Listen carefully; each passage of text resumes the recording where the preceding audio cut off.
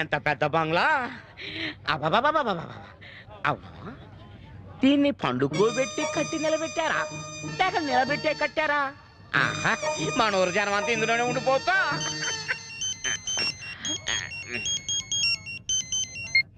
అల్లా అన్నయ్య, నేను దుబాయ్లో అడిగెట్టేసా. అల్లుడు గారు పనిచేసే బంగ్లాకే వచ్చేసా. అల్లుడు గారి గురించి పూర్తిగా ఎంక్వైరీ చేశాక వస్తా. ఏం అడుగుదా? ఏమండే సత్యబాబు గురించి చెప్తారేటి? నహీ మాలూమ్. చలో బేగం. అండి అండి అండి అండి అండి మీరన్నా చెప్పండి, సత్యబాబు ఎక్కడ ఉంటాడండి? నహీ మాలూమ్.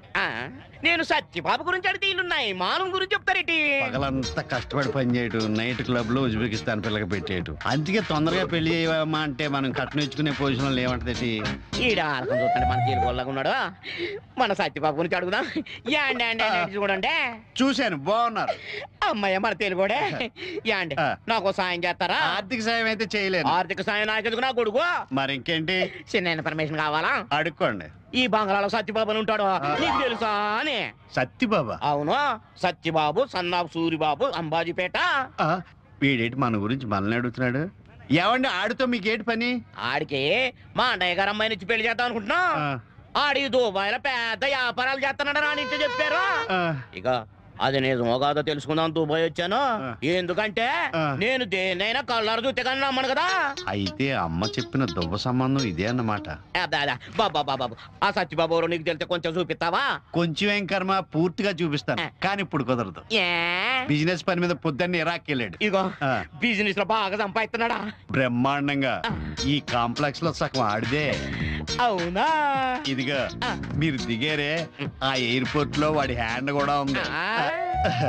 పెద్ద పెద్ద స్టార్ హోటల్స్ లో వాడి లెగ్స్ కూడా ఉన్నాయి. అయితే నేను కళ్ళతో చూడకుండానే పెళ్లి ఖాయం చేసుకోవచ్చు అన్నమాట. కళ్ళు మూసుకుని చేసుకోవచ్చు. సత్యబాబు ఏంటి ఇక్కడ కూడా అంబాజీపేట బరువు తీస్తున్నావు కదయ్యా?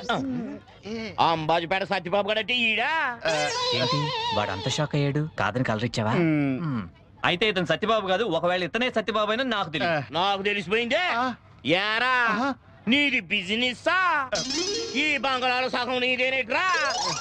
ఎయిర్పోర్ట్లలో పెద్ద పెద్ద హోటళ్లలో నీ లెగ్లు హ్యాండ్లు ఉంటాయా రే? చేతిలో సంచి సంకలో కొడుకుంది కదనే నన్ను సవట అనుకున్నావేట్రా? ఇది దుబాయ్ కాబట్టి చెట్లతో సరిపెట్టాను. ఇదే మా దువ్వు అయితే దూదేసిన టేకేసి ఉండేవని. సారీ, తిడితే తిట్టారు గాని మీరు నాకు చిన్న హెల్ప్ చేయాలండి. ఏంటదే? మా ఊళ్ళో దుబాయ్ లో నేను ఈ పని చేస్తున్నాను ఎవరికి చెప్పొద్దండి. నా పరుగు పోద్దండి. ఇవి కాళ్ళు కాదు చేతులు అనుకోండి. ఈ చేతులేరా యాదవా? సారీ. ఇప్పుడు నీ కళ్ళు ఒళ్ళు చల్లబడ్డాయా బాబు? నువ్వేదో దుబాయ్ పని మీద వచ్చావు అనుకున్నాను కానీ ఇలా నా పని చెడగొట్టడానికి అనుకోలేదు. నీకు దండం రో, నన్ను వదిలేరా బాబు. నీకు దండం.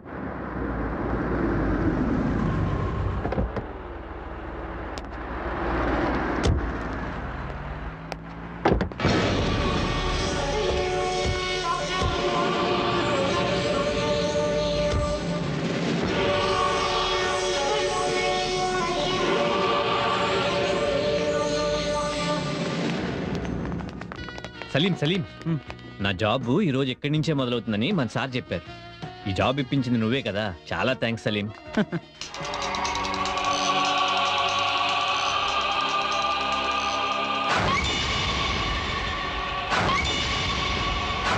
सलाम भाई साहब। साहब आइटम ऊपर है।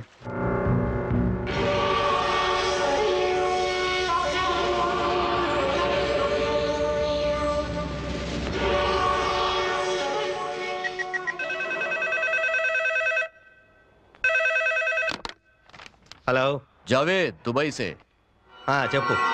ఏముంది సాబ్, సీఎం గారి మీద ఉన్న కేసులు అన్నిటికీ మిమ్మల్ని సింగిల్ మ్యాన్ కమిషన్ జడ్జిగా వేశారు.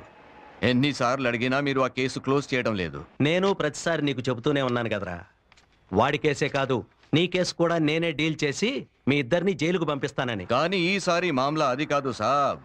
మీ ఒక్కగానొక్క కూతురుకి పెళ్లి చేసి హనీమూన్ కి యూరోప్ ట్రిప్ పంపించారు. వాళ్ళిద్దరూ ప్రస్తుతం దుబాయ్లో షాపింగ్ చేస్తూ నా ఎదురుగా ఉన్నారు.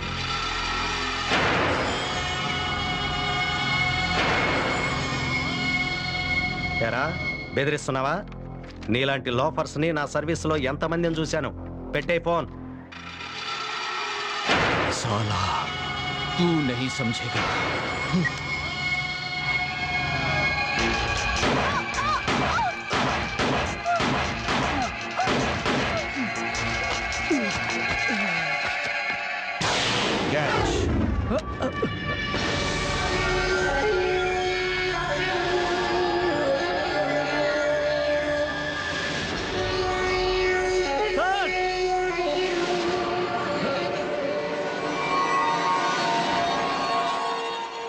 అయ్యో అయితే నిజంగానే చంపేశారనమాట.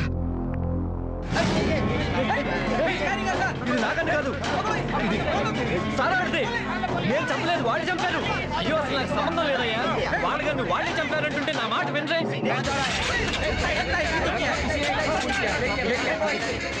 చెప్తానండి, పెడతాను పెడతాను కింద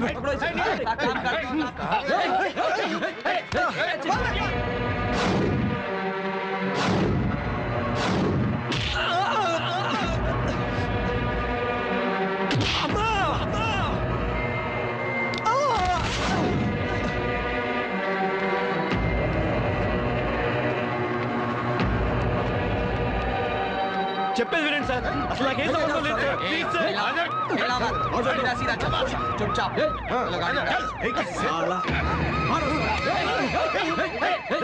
ఒకసారి చెప్తే అర్థం కాదురా. నాకేం సంబంధం లేదని చెప్తున్నాను కదా. దగ్గరికి రావద్దు, దగ్గరికి వస్తే కాల్ చేస్తాను.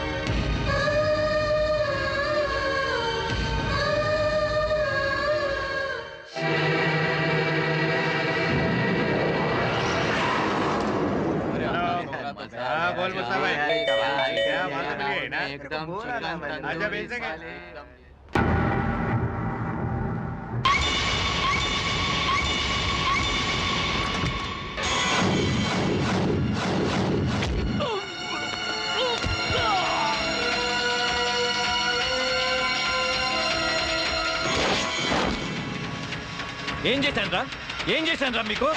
ఉద్యోగం కోసమని వస్తే నన్ను మర్డర్ కేసులు ఇరికిస్తారా?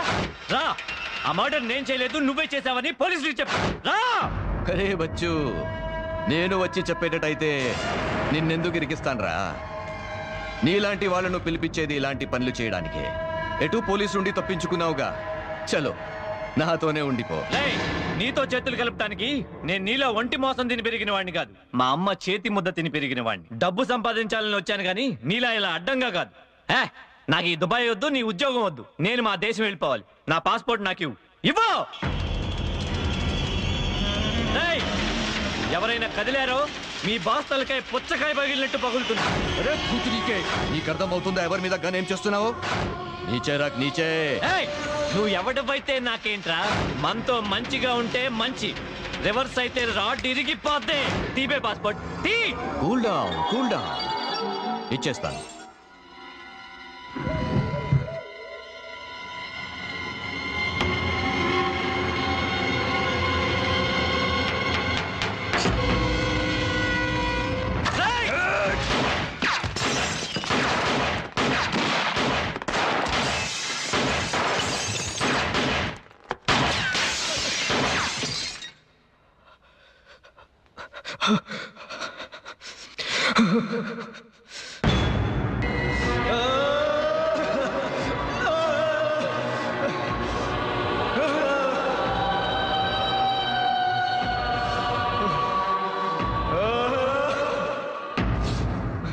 చంపేశారు, అందరినీ చంపేశారు.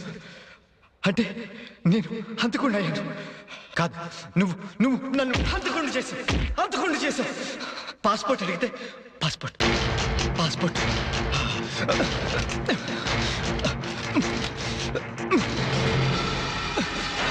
నా పాస్పోర్ట్ కనపడట్లేదు.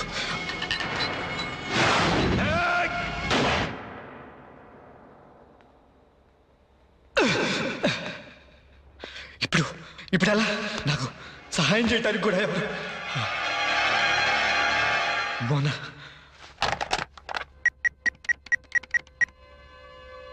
మోనా శివ ఏంటి ఈ ప్లేస్ లో?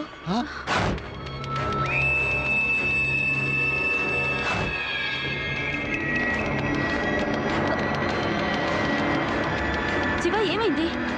నువ్వెవరినో మర్డర్ చేశావని పోలీసులు నీ గురించి వెతుకుతున్నారు. టీవీ పేపర్లో ఎక్కడ చూసినా నీ గురించే న్యూస్. నువ్వు మర్డర్ చేయటమేంటి శివ? అంటే వీళ్ళని చంపింది కూడా నేనే. అవును, వాళ్ళు నన్ను మర్డర్ కేసులో ఇరికించడమే కాకుండా నన్ను చంపాలని చూశారు. అందుకే కాల్ చేశాను. నువ్వెవరిని చంపావో తెలుసా? జావేద్, బరాబాయ్, అన్వర్ బాషా, సలీం ఖాన్, మొహమ్మద్, రాబర్ట్స్, షకీల్, పెద్ద మాఫియా గ్యాంగ్.